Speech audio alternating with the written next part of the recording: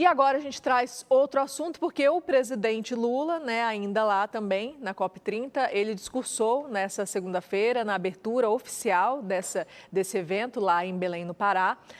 A primeira realizada, então, na Amazônia. Essa é a primeira vez que a Amazônia recebe esse evento. Segundo Lula, a realização da conferência na região é uma proeza, pois se tratou de uma tarefa árdua diante dos problemas enfrentados no estado. Em seu discurso, o presidente frisou que a mudança do clima não é mais uma ameaça do futuro, e sim uma tragédia do presente. Citou o tornado que atingiu cidades do centro-sul do Paraná nesta sexta-feira. Lula ainda mencionou que é mais barato financiar o clima do que guerras e reforçou ser preciso impor nova derrota aos negacionistas. Vamos ver. Se os homens que fazem guerra estivessem aqui nesta COP, eles iriam perceber que é muito mais barato colocar 1,3 trilhão para a gente acabar com o problema climático do que colocar 2,7 trilhões para fazer guerra como fizeram no ano passado.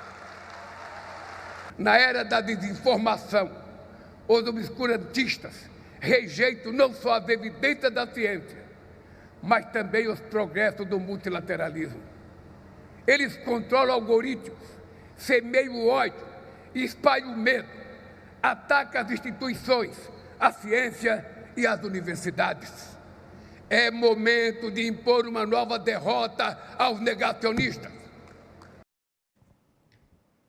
Essa foi a fala, então, do presidente Lula na COP30. Professor Júlio Pascoal, o que você achou? Eu acho que o presidente está preocupado com a questão ambiental, isso é sem sombra de dúvidas.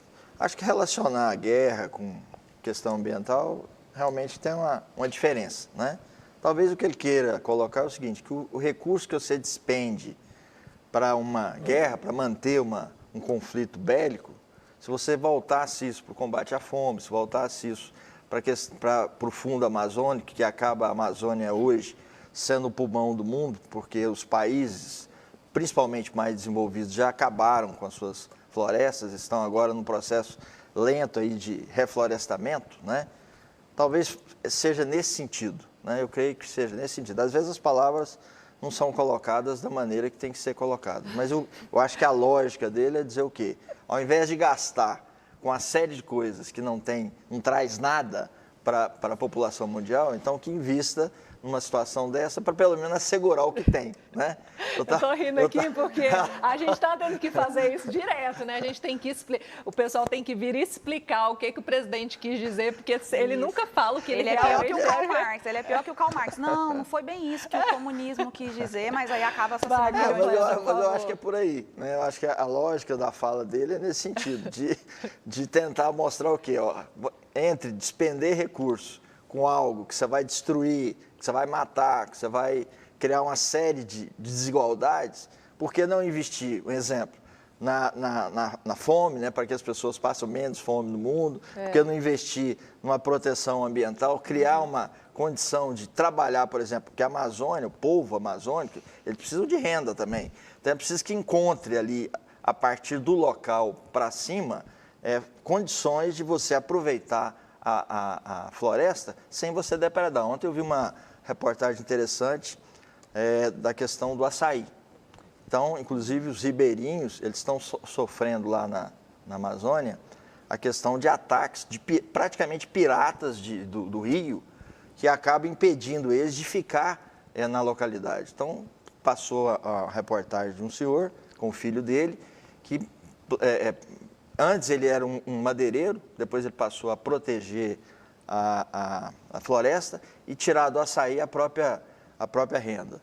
Mas eles não conseguem ficar morando lá na própria propriedade em função da insegurança, porque a polícia, vamos dizer, ela não é constante. Ela passa e aí a constância é mais dos bandidos que propriamente da polícia. Então eles acabam tendo que deixar e aí ter que ir para a cidade e depois voltar apenas para poder produzir. Então eu acho assim, deve ser dentro desse contexto aí que quis dizer. Você puxou dessa questão da segurança e a gente, claro que faz a gente lembrar, o Estado não está presente em muitas áreas. Aqui a gente fala, por exemplo, lá no Rio de Janeiro, que é preciso tomar de volta o poder do crime, né? E isso acontece na região norte também, principalmente, eu me lembrei que agora da Ilha do Marajó.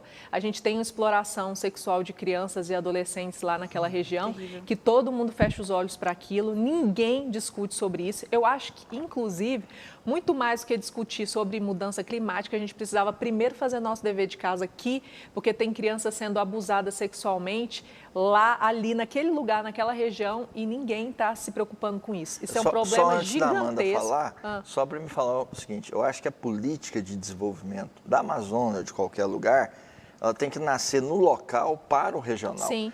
Quem vive o problema é que sabe que tipo de política poderia ser colocada ali, porque é muito fácil a gente estar num gabinete em Brasília ou em qualquer lugar, projetar algo para lá, sem descolar, às vezes, da própria realidade local. Né? Eu acho que se fizer isso, a possibilidade de dar certo é melhor.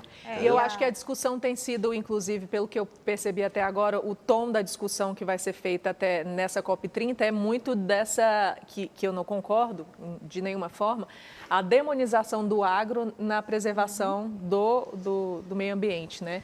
O pessoal esqueceu que existem grandes indústrias no mundo inteiro, poluindo o mundo inteiro. Agora, o problema do mundo da preservação ambiental é o agro. Não precisa ir muito longe, não. Só mais um pouquinho. Não precisa ir muito longe, não. Goiânia, né? Você tem parques maravilhosos. Só que as indústrias jogam os dejetos nos córregos, né? Então, você vai preocupar lá e aqui você deixa. Então, eu o negócio concordo. Eu acho que antes da gente de apontar as farpas nos olhos dos outros, a gente tem que tirar a trave que está nos nossos olhos. Inclusive, o Lula falar sobre negacionismo, eu quero convidar você que é de esquerda a se perguntar. Lula também é negacionista quando ele ignora que recordes de queimadas na Amazônia são superiores no governo dele comparado nos últimos 17 anos? Será, professor, que o pessoal está pensando sobre isso? Inclusive, ele está num barco, eu vou até ler aqui para não cometer nenhum erro, a estimativa é que no barco luxuoso, o navio luxuoso em que ele está, por ter se recusado a utilizar o navio da Marinha do Brasil, vai gastar pelo menos 4 mil litros de diesel a hora, segundo a informação aqui do Poder 360. Será que isso aí não polui? Será que isso aí não faz com que tenha ali um descontrole ambiental, que pode atrapalhar a pesca, que é uma das principais formas de sustento das pessoas daquela região, professor? E outra coisa, a gente não tem muito o que discutir sobre isso, sabe por quê, Mariana? Mais um gasto que o governo federal colocou sob sigilo.